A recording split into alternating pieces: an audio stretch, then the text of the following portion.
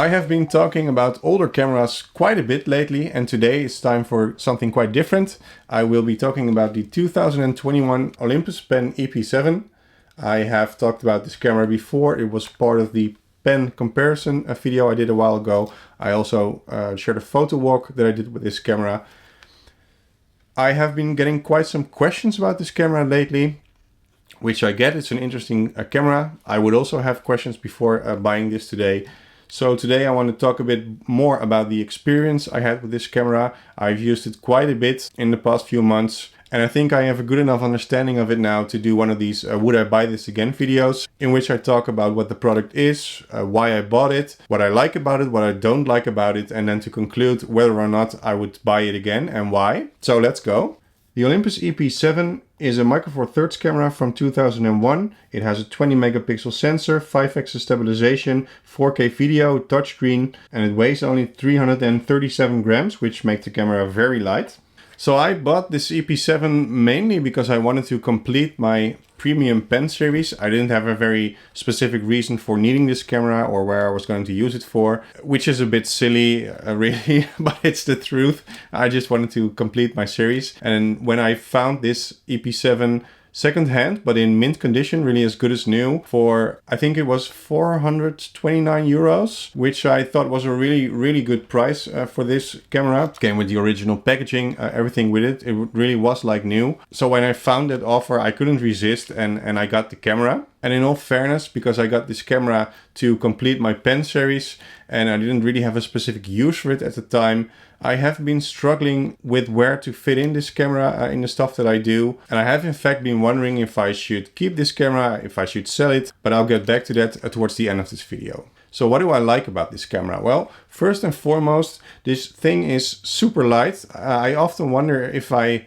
put in a battery or not. This is the lightest camera in the pen series, and it's so easy to just bring it along and not even noticing it's there because of how light it is. So it's a very fast camera. It feels very fast as well. Turning it off and on goes really swiftly. It's really a camera that you can just grab, turn on with one hand and point and shoot at something. It's really useful for that. And perhaps it goes without saying, but I still want to mention it, that this is a very capable camera. It has a 20 megapixel sensor. It has 5-axis image stabilization, making it a really capable camera. You can make big prints from these files. You can do a lot of stuff with it. And I think it's easy to underestimate with a camera like this just how good it is. But it really is. So furthermore, I think this camera is quite simple in a very good way. If I would, for example, compare it to the PEN F, which you might know I am not super excited about. I mean, it's a really cool camera in many ways, very capable, but I also find it a little bit too much in some ways, too much buttons, too much fiddly stuff going on the body. And I feel that this PEN E-P7 really does a few things very well, in that it's just a bit more simple in its layout.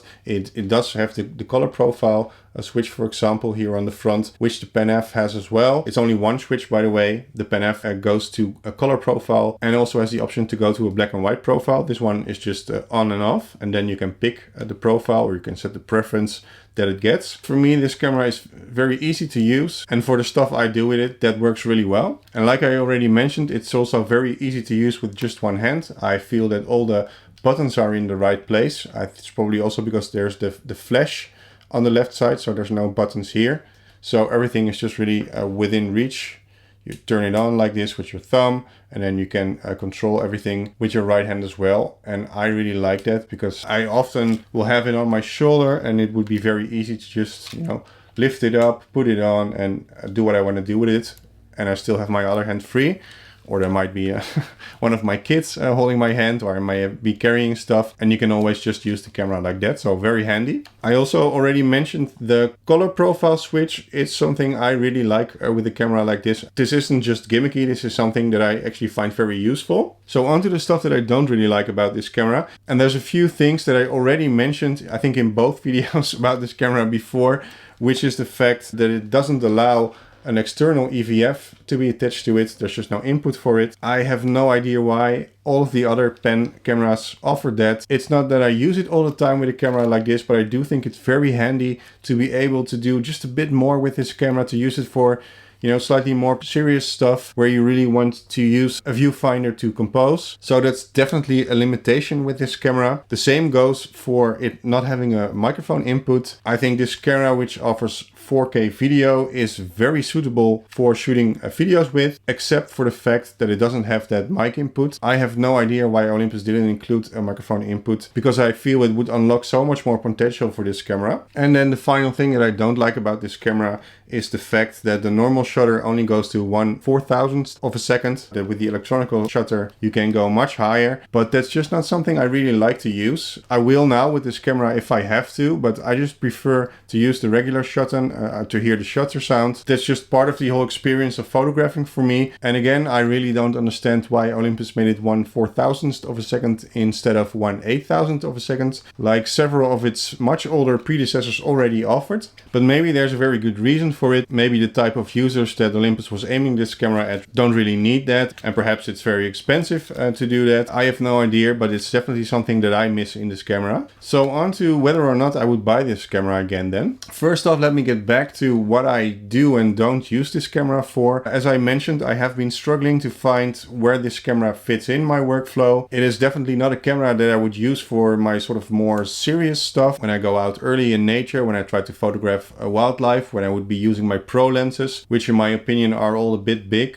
for this camera. And besides, I always use an electronic viewfinder for stuff like that. It's also not the camera that I could use for my video stuff, unfortunately. I mean, I'd love to do that, but the fact that this camera doesn't offer a mic input means I would have to do all kinds of other stuff to record the audio with an external device, and that's really not something I want to get into. I like to keep it simple when making videos. Just connect an external mic to the camera and then record the audio and video in one take, and that works really well for me. And this camera doesn't offer that. However, I am finding myself using this camera more and more lately, and I'm starting to see this camera as quite an ideal everyday carry camera for day trips, for vacations, for family trips, all stuff like that. The fact that it's so light and so fast makes it very easy to just bring along. Quickly turn on, snap pictures of the kids, snap pictures of my family, places we're going. It works really, really well for that. And also with these built-in color profiles, I can just make pictures that look quite good straight out of camera. And I wouldn't have to post-process them as I usually would. So I can just get them off with the Wi-Fi, get them on my phone, send the photos of the kids to their grandparents, send the photos to friends, stuff like that. It really, really works well as a camera for stuff like that. Now, I mostly use it with the 17mm f1.8 from Olympus attached on it. This is a very good combination. I do also like to use it with the 20mm f1.7 pancake lens from Panasonic, but that one is a bit too slow to really use for when I'm trying to photograph my family, for example. If the kids are running around, you usually miss the action with that pancake lens, but the 17mm prime from Olympus really helps to get the best out of this camera in terms of speed. You can also buy this camera as a kit with the 14-42 EZ lens, which I think is an underrated lens. This is actually quite a nice zoom lens. It's not something I use a lot, also because of speed, and the electronic zooming makes it a bit slow. But if speed is not your main concern, I do think this is a very nice lens with a camera like this. Works very well. So then would I buy this again? Well, for the 400 euros I spent on this camera, I would definitely buy it again. It's a camera I've come to love, even though it wasn't love at first sight. I have this camera with me now most of the time, and I really like it for that everyday kind of stuff. But seeing as this camera new still costs 800 to 900 euros, or a bit more if you get this pancake zoom lens with it, I would say that for me that's really too much money for what you're getting. If I'm spending 800 to 900 euros on a camera like this, I would definitely at least expect to be able to put an external viewfinder on it, to be able to put a microphone in it to really unlock that video potential, and to go beyond that 1/4000th of a second shutter speed without first having to switch to that electronical shutter. So if you're also considering getting this camera, I hope this helped somewhat. I would be very interested in learning about your considerations, about what you think of this camera. Feel free to add your comments below. If there's something specific I can help you with, you can also send me an email or DM me on Instagram. I usually take a look at those and do respond whenever I have time. I hope you enjoyed this video. See you next time. Bye.